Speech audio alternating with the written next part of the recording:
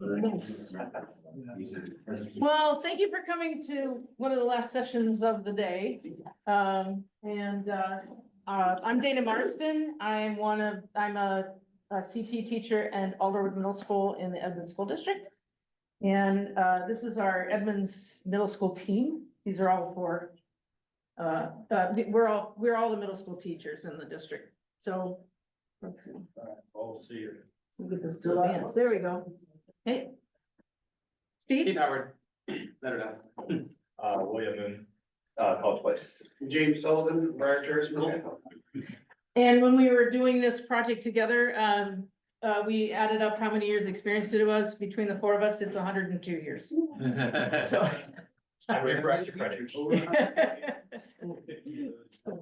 And all our contact information is here too, if you need to reach out to us later. So I want to talk a little bit, how did we get to doing this, is that we collaborate as a PLC.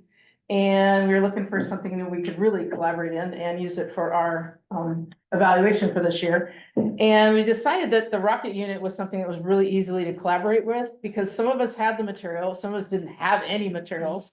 Some of us had some really old materials that had us kind of crawling around in the mud to launch rockets.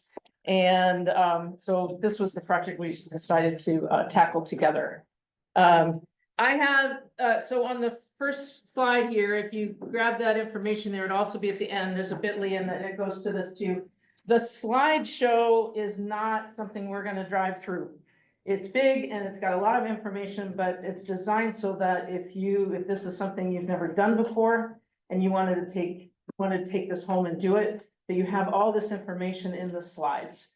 I'm gonna go through it really fast and we're gonna kind of introduce you to some of the terms that we're gonna use, and then we're gonna do some hands-on stuff. We're gonna demo the 4 different stages of actually building these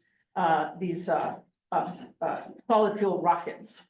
So there'll be one station here and there are 3 in the hallway, and we'll just rotate about every 5 minutes. Okay, and then, but if we lose you someplace along the line, you have our contact information. I will have this posted on YTIA, so you can also get it there, but the bit.ly will take you there as well. Okay, are we good? All right, so we started with building the launchers. So this is not even a prototype. This is the launcher that was designed and built as a team. We each build one. Okay, by the way, so when I was talking to you about the details, so each slide has dimensioning it, some of the things we had to do for each step of this along the way, all right? There's also some documentation and resources at the end that might help you also with the teaching with students and some videos, but not videos of every step, but just some things to help it get started. Okay, so then we built the launch rods and the wires. Am I doing this right or somebody else taking this over? Am I good? Okay. Electrical wires, we added the electrical wires. We needed 2 for each launch. And they need to all be tucked inside underneath. Okay, then we connected all the little clamps that's attached to the wires that we actually do the launching of the rocket. We built control panels that has lots of switches and controls so that we can have 5 rockets on the launcher and then launch each one at a time very safely. Yeah, should I talk about that? You want to talk about that now? Yeah. So, I mean, building a rocket, these rockets have been around forever, right? The 60s to 70s, these things were big in a lot of shops around the state, rocket clubs in middle school and so on. And so, we knew we wanted to start, we knew we could figure out how to build a rocket, right? We've been shooting rockets, many of us, for a lot of years. But you've got to have a decent launcher. It can't just be a single launcher. You're gonna be out there forever with class. So we came up with kind of designing a box and whatnot. And all of the things that you see, the measurements are all on there, but also the boxes that we made. We just lasered these out, 1/4-inch material. And I have a couple samples all lasered out that you can grab it. You're like, I'm gonna build this thing exactly like you see it. But basically it's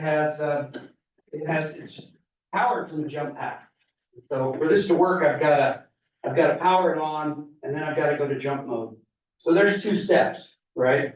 So it's all about safety, right? Because I could just take a wire, 2 wires, hook it to a 9-volt battery and launch a rocket. It's really all we're doing.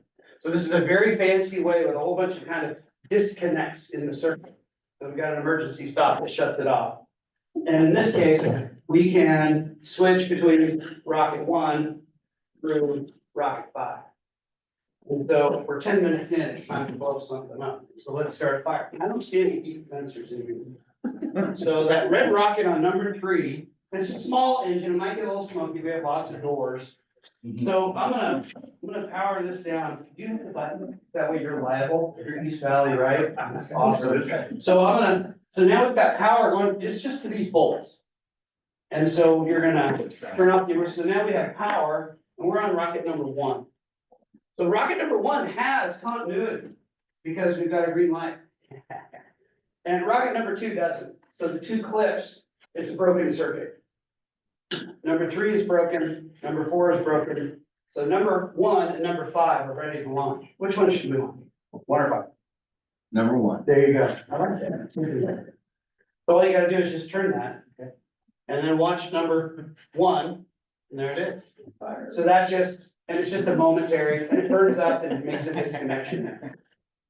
So that's kind of fun. If that, of course, that igniter would have been in a rocket motor and was launched. So that's the launcher. And the electronics, if you want a picture of it, just come over and lift this up. We'll just leave it upside down for you. And you can kind of get an idea. There's a lot of information in the slideshow, a little bit of soldering. We have we had a whole box of these cool switches for free. And so we ended up all using those. But it's a pretty simple system of really just connecting 2 wires together to a battery. There you go. Yeah. So then we went into building the rockets. So 4 stages like we talked about earlier. There's the body, which James will be demoing later outside. We have the nose cone and the parachute. Steve will be demoing that on the closer side. And then we have the fins, which Dana will be doing that inside here. And I will be demoing the engine tubes where the fuel cell goes in for the rockets. And so we have all the demos there, and the slides again have more detailed information for each step. We're gonna be demoing them outside and rotating guys for 5 minutes apiece. Yeah. So rocket body information, the fin and the launch lug information, along with some other tools we use. We have a way that you could 3D print the nose cones, or you can also just purchase them. We'll build the engine tube. I mean, everything is really can be student built, totally. Except for the engine. Don't build engines. Okay. Yeah, no. We did not say you could do that. All right, then, how do you get the rocket and the parachute and everything to come back down to earth safely, sort of? I have this one here, it's kind of crunchy, but it all came down together, which is pretty good.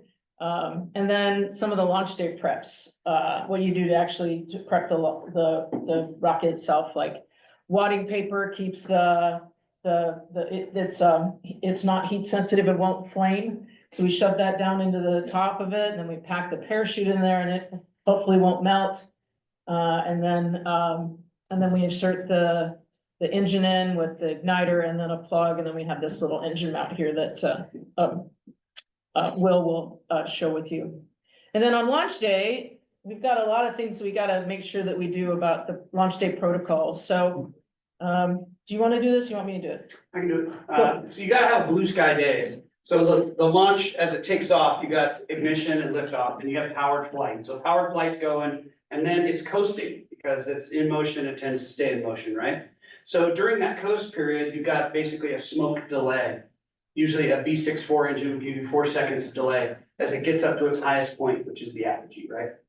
And so if it's not a blue sky, if you've got clouds, you don't see the delay, which means you don't see your rocket because you don't see the smoke, and it's just gone. These things will go 300-400 feet in the air. If you have a softball field, you're golden.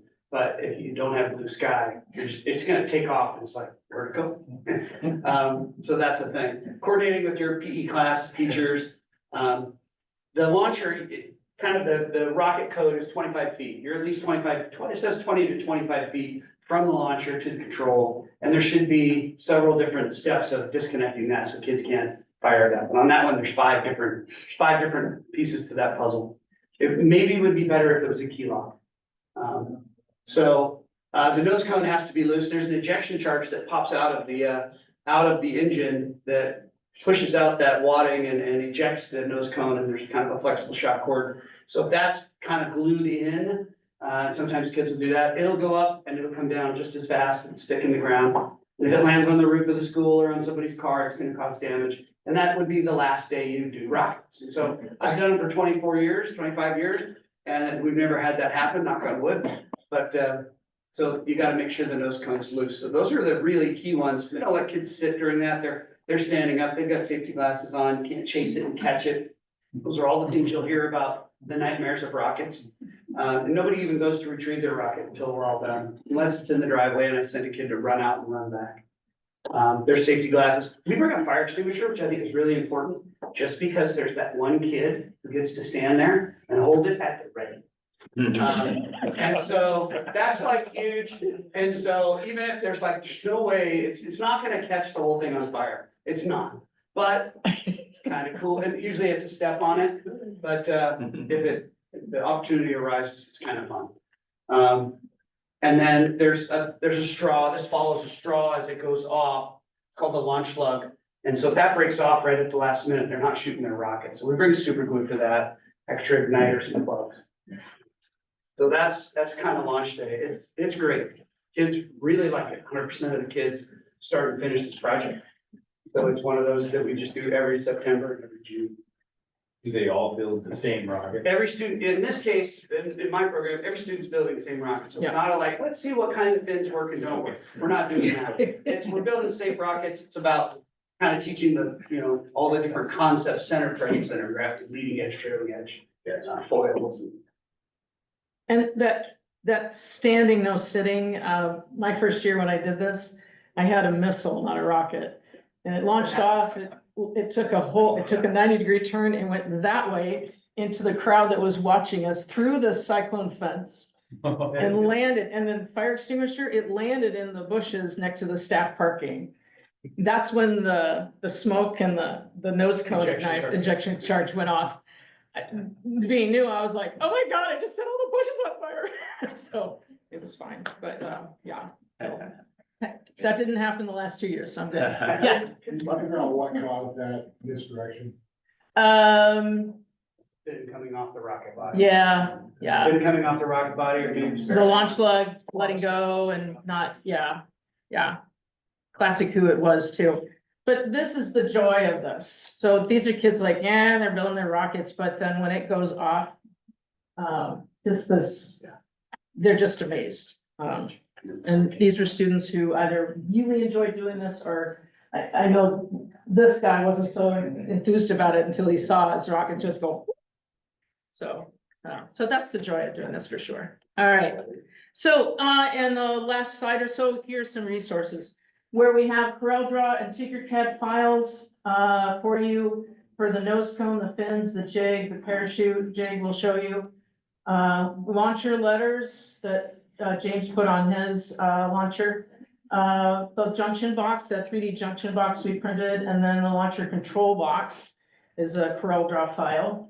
We also have some instructional materials and videos. There are gaps in this. I don't have all the things in here, but I put as much as I had.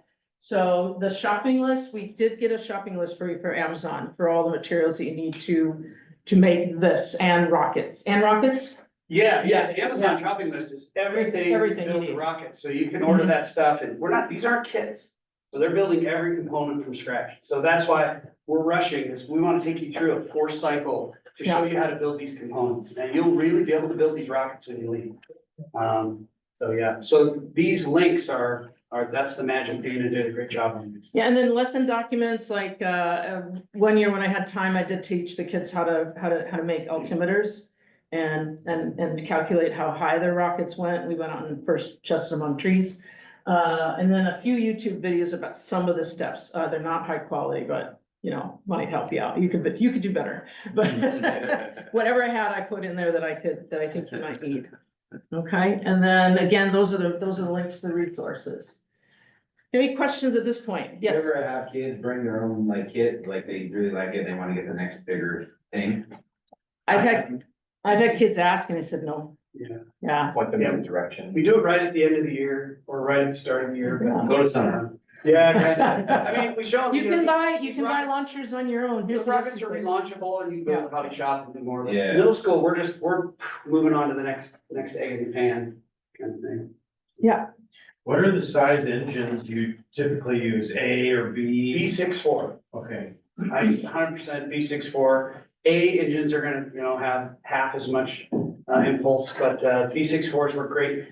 Sometimes, if I get a C engine, which is twice as big as a B, if there's a kid just talking trash, my rocket's the best rocket, I'm like, we're gonna put a C in that. And he's never gonna see it again. But the C engine in it, I kind of say like, would you be upset if this, if it went so high, we just never saw it again, would you be upset, And he's like, no, that'd be awesome, like, put this engine in here. Why this one? Just put it in. Like, this one bigger.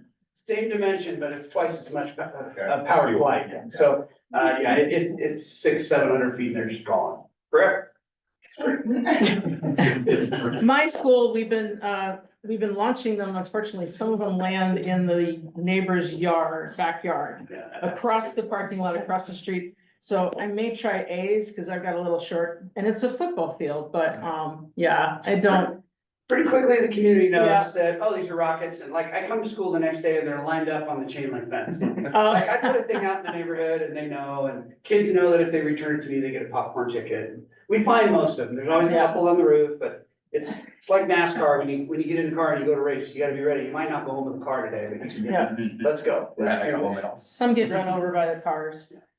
Are you setting those at straight up and down, or do you have a slight pitch on it, or what are you guys doing on your rods there? When I'm launching, I am going about like that, it all depends on the wind.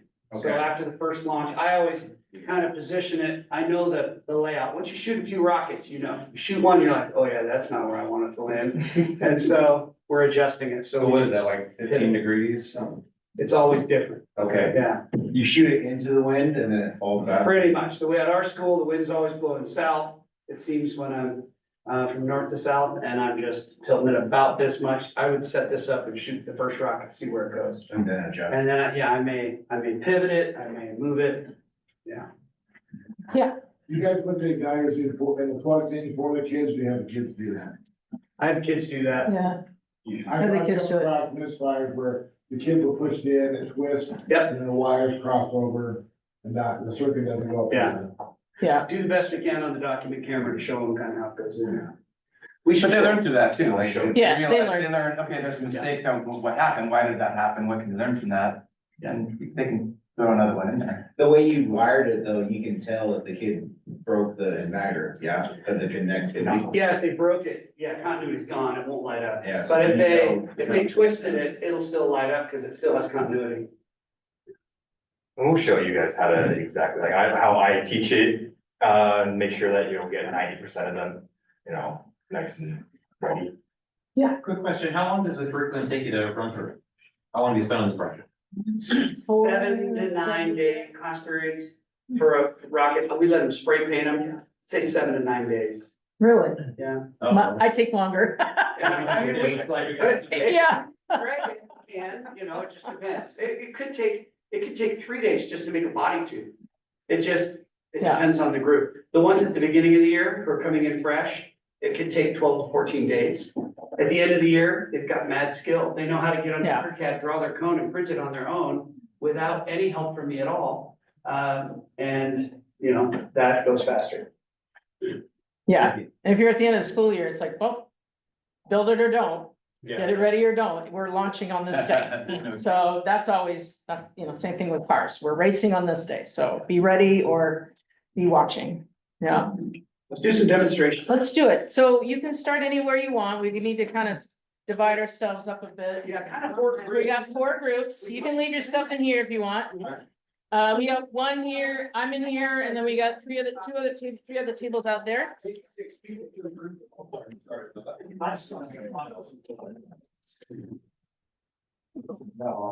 I love these, just that setup. Yeah, well, those, Will design those, so, Just feel, they're all exactly on Yeah. point. yeah, so the fin building, you should all take one of these, you got something to write with, especially if you really plan on doing this soon. Just Okay, like a- so we do sand these down, so. Do the kids cut those out, or do you have a bunch cut out? Oh, these are all lasered out on them. Good, but are the kids lasering them out? No, we batch them. Lots of them. It's gonna watch. It's this is, nope, it's I lose the name all the time. Matt board? Mat board, thank you. It's mat board for picture frames. Oh, I really like the mat board that, I got some of these from James, the mat board that's dual colored. Because, and you'll see that when, we get this set up to, get this kid set up. So this, I find, the body tube is the hardest to do. I find that kids don't really struggle with doing the next thing, but it doesn't matter. It makes the rocket fly better if you actually sand these down. So you sand down the leading edge, so it's rounded, so you get a more aerodynamic fin, you get a fin that's shaped like this, that teardrop shape. So it does actually work better to do it like that, but in the end, it's like, just glue them on, go for it. Because at that point, you just want a rocket that'll actually fly. So what we do here is I have them mark out on this. So, and if you have a pen and you wanted to mark out, it's also in the slideshow. But, so these set in like this, here.